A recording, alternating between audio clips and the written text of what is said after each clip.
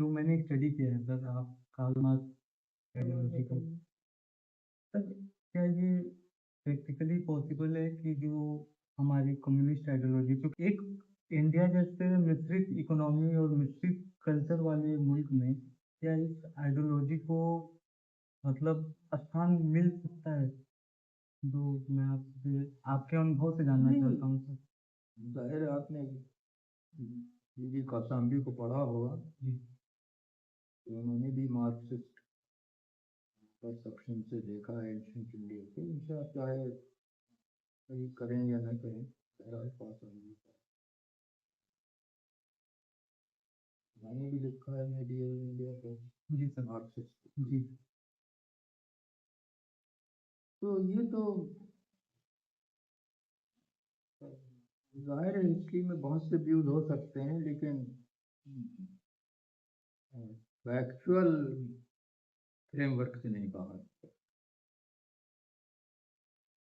इसमें सिर्फ सिलेक्शन होता है।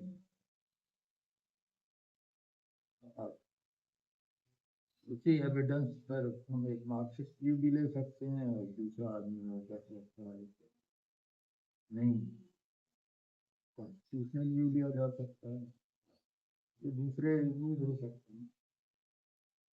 तो ऐसा नहीं है कि हिस्ट्री के फैक्ट्स में सिर्फ एक ही व्यू लिया जा सकता, क्योंकि फैक्ट्स इतने ज़्यादा हैं that they can sustain a different view।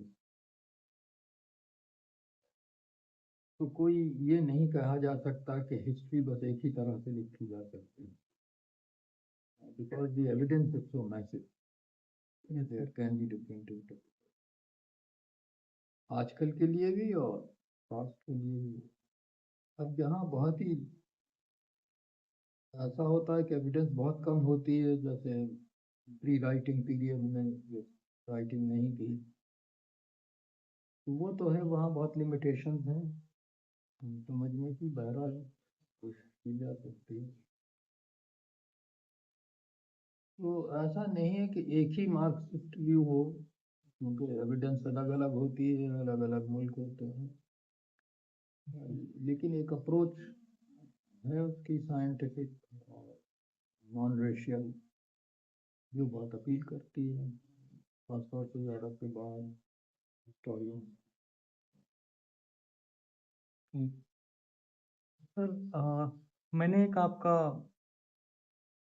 Debate सुना था सर, जिसमें आपने एक जिक्र किया था सर कि जो पाकिस्तान बना हमारा, तो 1953 में जो हुआ सर, आज के टाइम में वो अपने भारत में भी हो रहा है सर।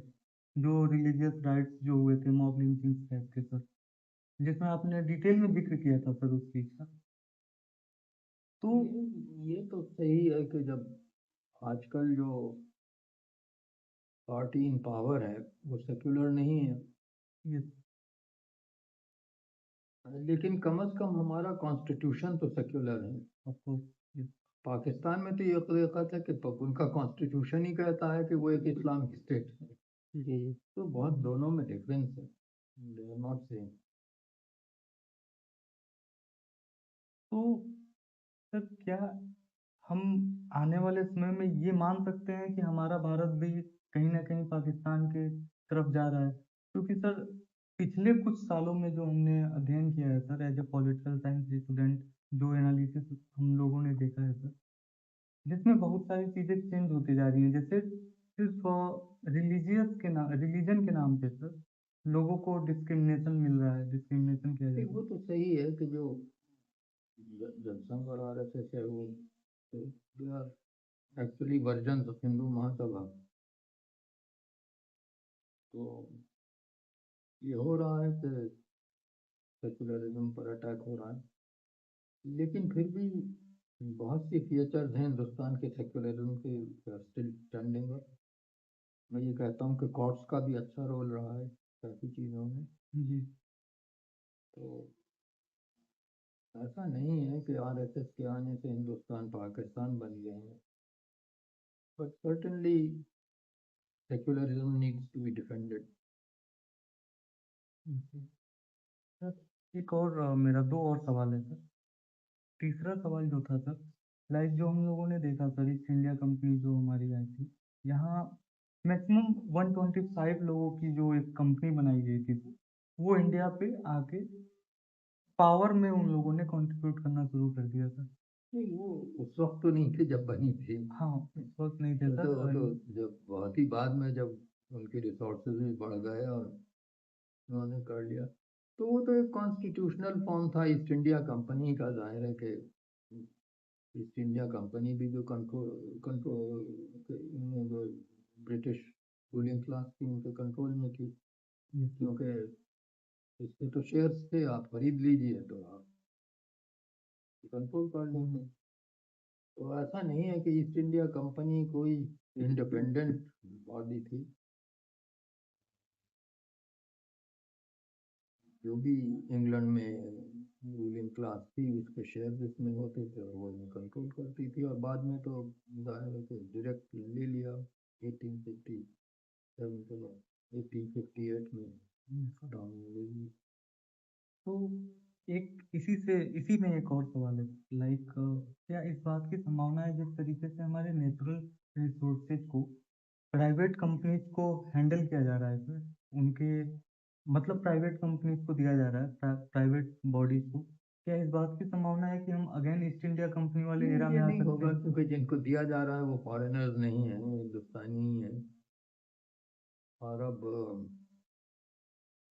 जाहिर है कि उस जमाने में जो ईस्ट इंडिया कंपनी का रूल था वो अब नहीं किसी फॉरेन पावर का हो सकता है।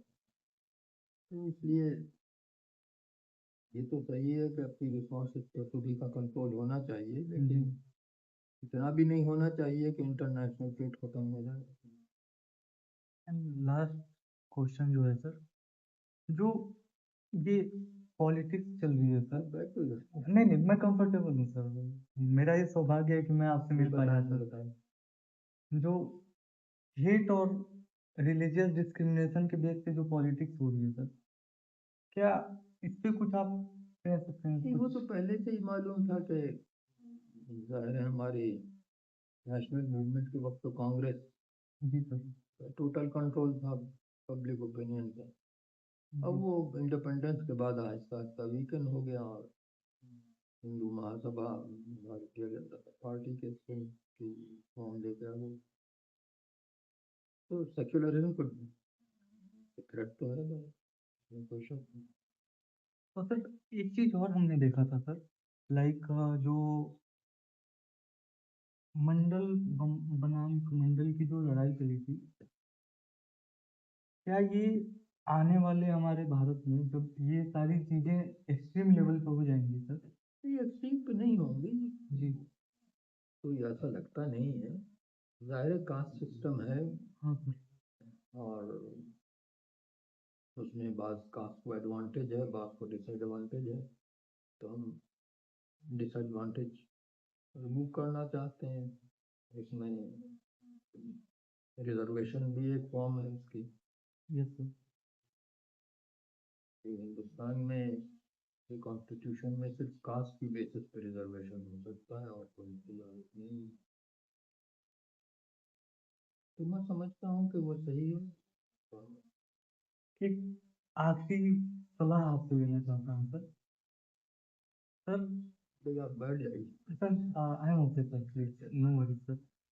एक आखिरी सलाह मैं या आपसे लेना बताइए। चाहता हूँ सर, लाइक जैसे मेरा पॉलिटिक्स में बहुत ज़्यादा रुचि रहता है सर, तो अगर मैं फ्यूचर में कोई पॉलिटिशियन बनता हूँ sir, like member of parliament, either Lok Sabha Rajya Sabha, तो कुछ आप ऐसा बताइए सर जिसका मुझे पालन करना होगा कॉन्स्टिट्यूशन को छोड़ के, मेरा तो क्योंकि कोई सर एक्सपीरियंस नहीं है। आप आई बहुत नेवर बड़े। Been a member of any assembly, लेकिन अ, मैं ये समझता हूँ कि हमेशा जो आपके वोटर्स हैं, अगर आप वैसे भी राज्यसभा में गई तो पब्लिक वोट भी नहीं होता, लेकिन बहरहाल जो सिटीजन है उनसे कांटेक्ट रखना चाहिए और उनकी देखना चाहिए। अब मेरे एक दोस्त थे वो MP हो गए, फिर वो मुझसे मिलने आए, कहने लगे सबसे गजब हो गया जो मैं मेंबर ऑफ पार्लियामेंट हो गया। अब मुझे कोई अपने काम का वक्त ही नहीं मिलता है, लोग आते रहते हैं, साहब यहाँ सिफारिश कर दीजिए, यहाँ ये कर दीजिए। जी। हाँ, तो भाई मैंने उनकी बहुत तारीफ की कि आप वाकई मेंबर ऑफ पार्लियामेंट हैं कि जो आप ये सब काम करते हैं। तो मेरे भी एक दोस्त थे, वो MLA हो गए, तो बाद दफा वो मुझसे कहते थे कि ये हिंदी में सर्टिफिकेट नहीं चाहते, अंग्रेजी में चाहते हैं, जरा लिख दीजिए। तो मैं समझता हूँ कि जाहिर है कि ये भी एक सर्विस है। वो जो बेचारे MLA थे वो तो जो भी पहुंच जाए उसको लिख के दे देते थे, और उसने अंग्रेजी में कहा तो उनकी समझ में नहीं आया, तो मुझे भेज दिया कि सब आप लिख के भेज दीजिए, तो मैं टाइप करवा लूंगा। क्या चाहते हैं। तो obviously that kind of certification is useless, क्योंकि वो जानते ही नहीं थे इन साहब को। तो बस पहुंच गए, उन्होंने कहा हाँ मैं लिख दूंगा, तुम लिखा लाओ कहीं से अंग्रेजी में। But this is how parliamentary system works, not only in India but also in England. Yes sir.